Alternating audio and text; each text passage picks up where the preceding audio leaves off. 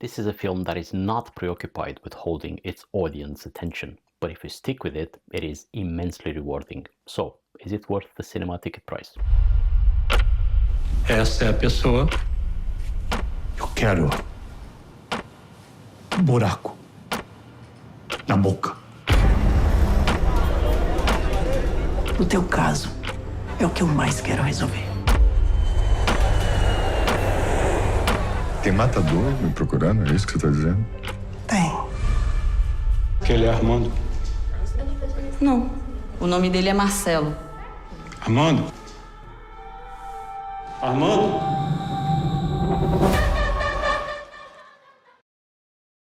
Hey, my name is Alex, and if you are new to the channel, I talk about films in a more conversational way, and I try to answer one simple question. Is it worth the cinema ticket price? Or in the case of a TV series, is it worth your time? So let's talk about The Secret Agent.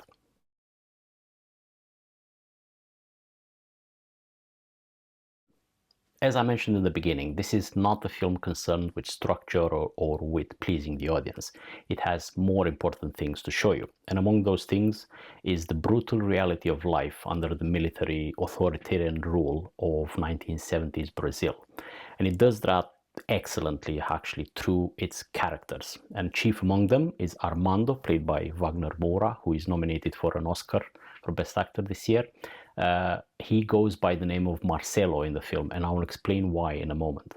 But he returns to the city of Recife, I believe you pronounce it, to see his son, who has been living with his grandfather for several years, at a time when the city, like many other cities in Brazil, is under heavy military control. It's such a control to that point, at this point in Brazil's history, where violence, persecution, and cultural manipulation are part of everyday life.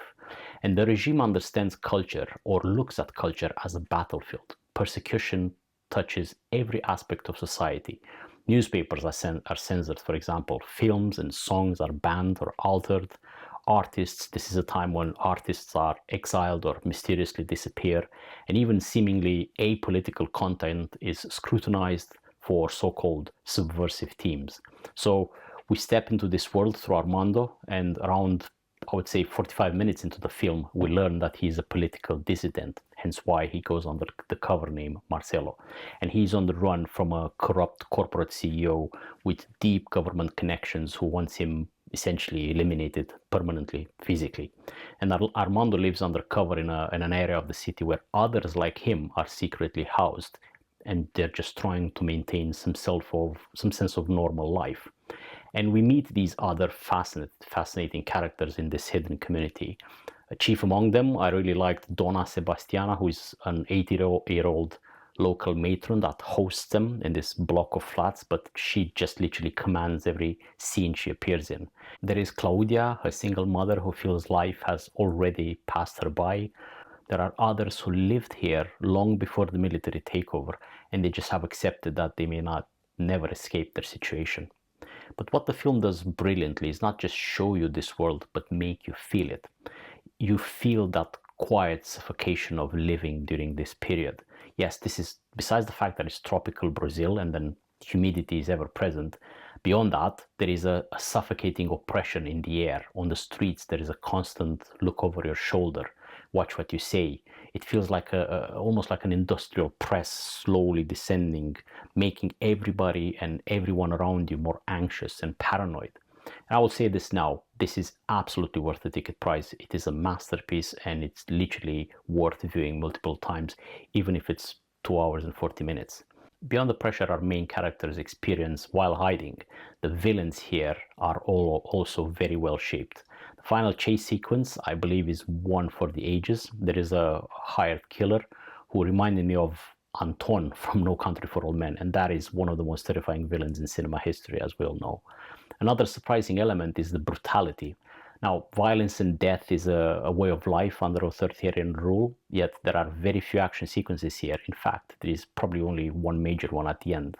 But the antagonists are so well constructed that you fear them long before violence starts.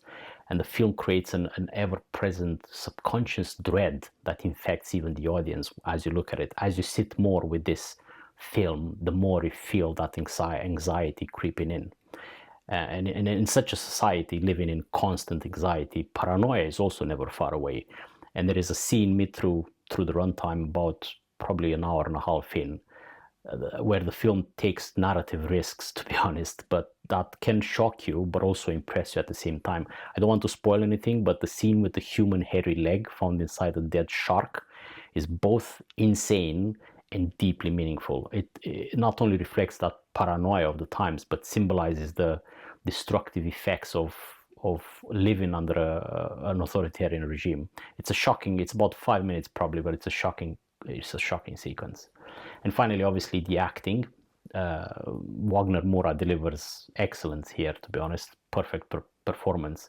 He's like this man who quietly suffers from grief and family alienation, and it's not really his fault, but he just deals with it in the most mature way he possibly can under such a under those conditions of consistent anxiety in the air in a society where you're surrounded by anxiety. It is a Oscar-worthy performance, even though this year that category is with some heavy hitters too. Whether he wins in such a category or not, he will certainly return in a stronger future role, and we'll see him again excelling at acting because he's truly good. Okay, that is my review of The Secret Agent. If you enjoyed it, give it a like and don't forget to subscribe. Thank you for watching. My name is Alex, and I will see you next time.